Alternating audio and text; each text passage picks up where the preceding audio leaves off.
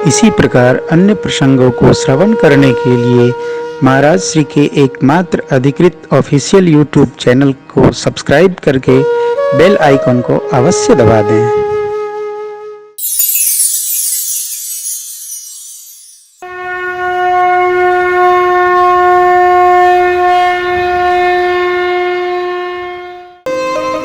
मंदाकिनी तट पर जाकर भगवान ने पूज्य पिताजी के प्रति तिलांजलि अर्पण की है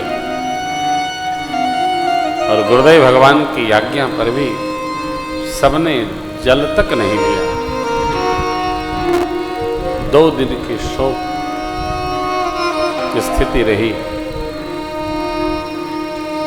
फिर तो संवाद भया, विचार मंथन चला, क्या उपाय है। महाराज ने, गुरुदेव भगवान ने बैठाया, राय किया, सब नगर के लोगों से राय किया, निर्णय नहीं हो पा रहा है।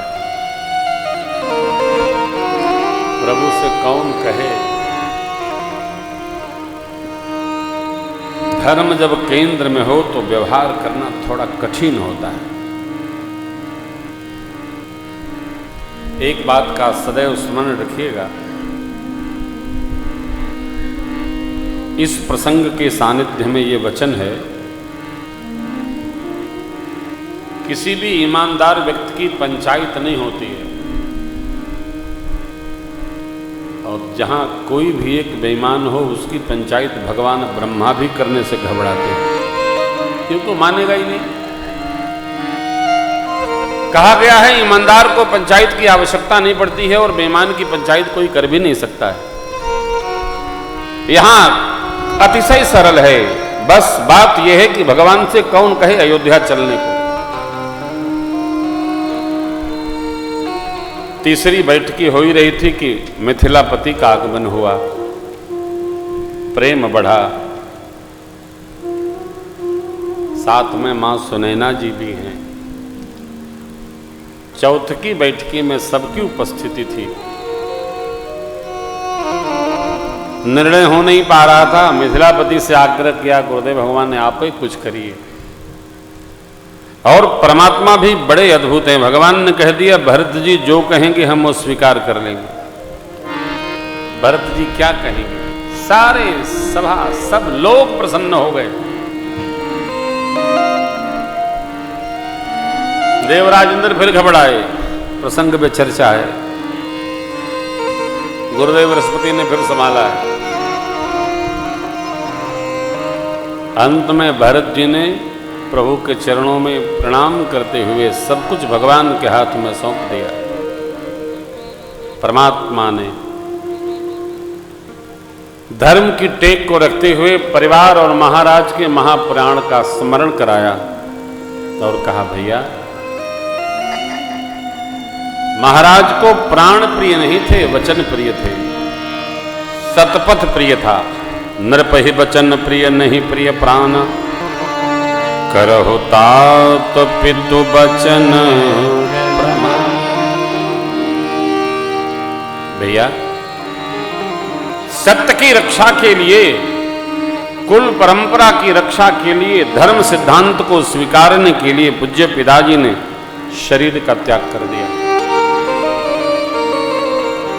हम चारों भाइयों को योग्य है कि जिस पथ को पूज्य पिताजी ने दर्शाया है हम आप उसी का पालन करें।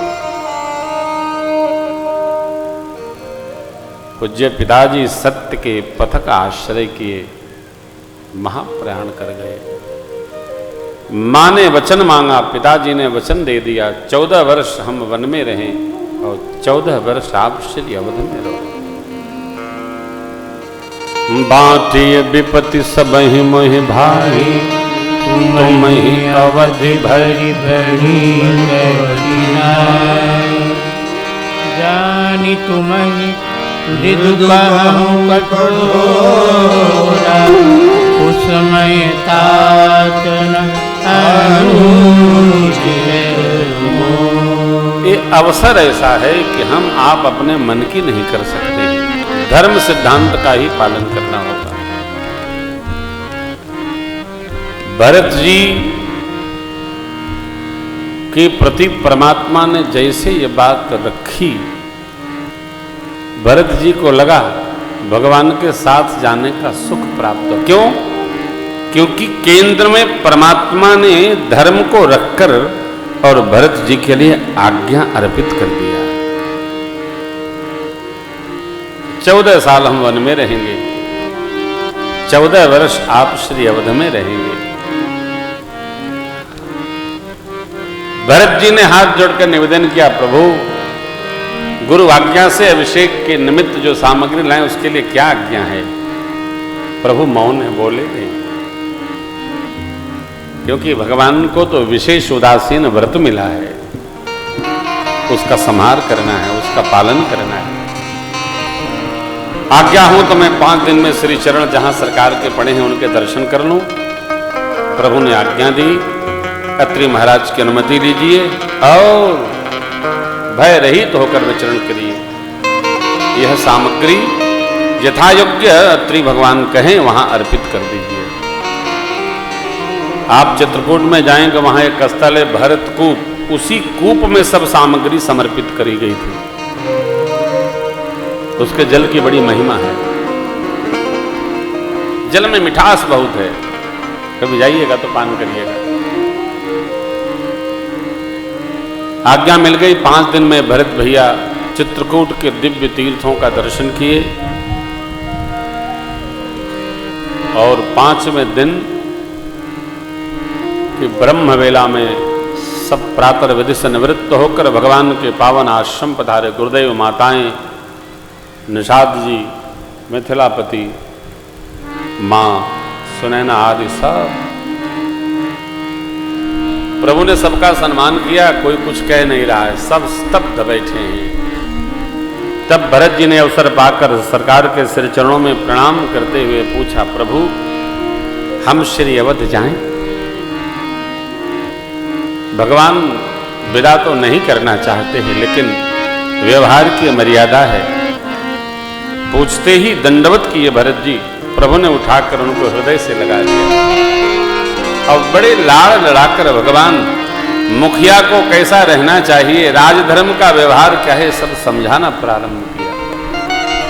लाला, राजधर्म वो है जैसे मन का मनोरथ होता है, जब तक व्यवहार में सिद्ध न हो जाए तब तक राजा को अपने मन के मनोरथ को किसी को भी नहीं समझाना बताना चाहिए, छिपा के रखना। राजधर्म सर्वस्व एतनोई, जिमि मन माहु मनोरथ कोई। राजा अपनी हर बात यदि सबको बताता चलेगा, सेक्रेटरी को बताता चलेगा, सचिव को समझाता चलेगा, कैबिनेट को बताता चलेगा, तो कौन कहां फैला दे इसको कहना बड़ा कठिन है। राजा को अपने हर निर्णय को संभाल कर रखना चाहिए, अति विश्वस्तों को भी नहीं बताना चाहिए। भगवान भरत जी को शिक्षण दे रहे हैं। मुखिया को मुख जैसा होना चाहिए। मुखिया मुख सो चाहिए, खान पान कहवे पालई पौसई सकल तुलसी सहित। मुखिया कैसा? मुख जैसा। कोई अंग कितना भी उत्पात करे तो भी मुख उसके साथ हड़ताल नहीं करता, मुख उसका संहार करता है। मुख में बैठे दांत जिह्वा को आए दिन कचरते रहते हैं, लेकिन मुख उनके लिए भी कुछ नहीं कहता है, असन लेता है, सबको पोषण देता है। मुखिया मुख जैसा, सबके साथ बराबर भाव रखना, माताओं का सम सम्मान करना। प्रभु ने कितना भी संहार किया, परंतु भरत भैया सरकार के सिर चरणों का बार बार दर्शन करते हैं। भरत जी के भाव को भगवान ने समझा कि भरत जी कुछ चाहते हैं। अस्तु मेरे सरकार की करुणा वर्षी और प्रभु करी कृपा बांवरी दीन्ही सादर भरत शीश धरी कृपा बांवरी सादर भरत शीश धरी।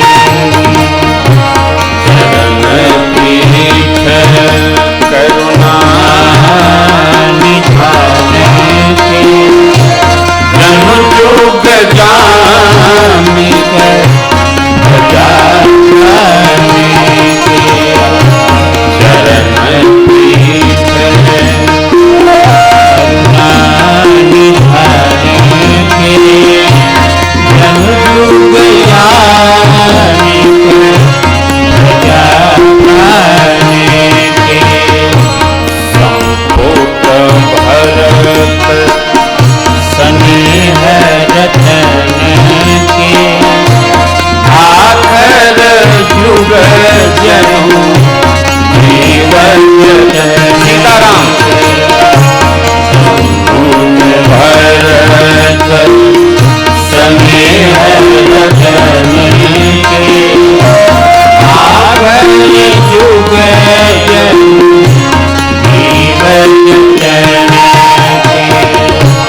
भरत मुदित अवलंब लगे हस सुख जस राम रे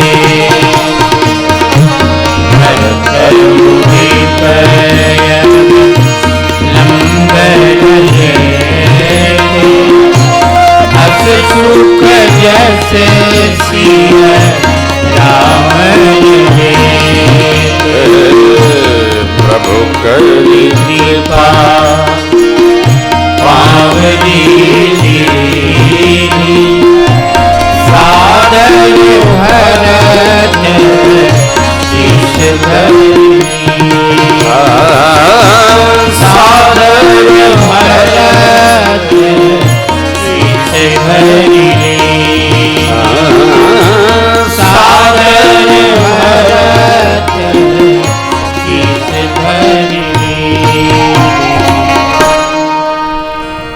करुणा निधान की कृपा दृष्टि भई और प्रभु ने यहाँ एक नवीन अवतार किया, पादुका अवतार। बोलिए पादुका अवतार भगवान की जय हो।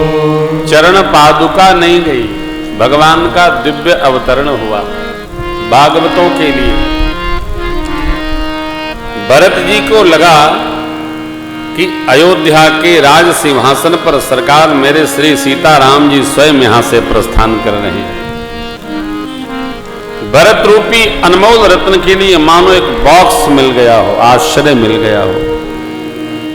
जीव को यत्न करने के लिए मानो श्री सीताराम नाम प्राप्त हो गया हो, जो उसका कल्याण करेगा।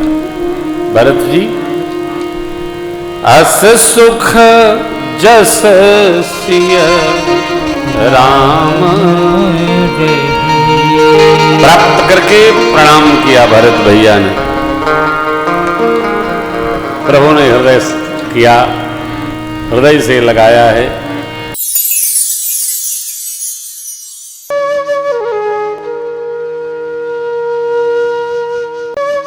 इसी प्रकार अन्य प्रसंगों को श्रवण करने के लिए महाराज श्री के एकमात्र अधिकृत ऑफिशियल यूट्यूब चैनल को सब्सक्राइब करके बेल आइकन को अवश्य दबा दें।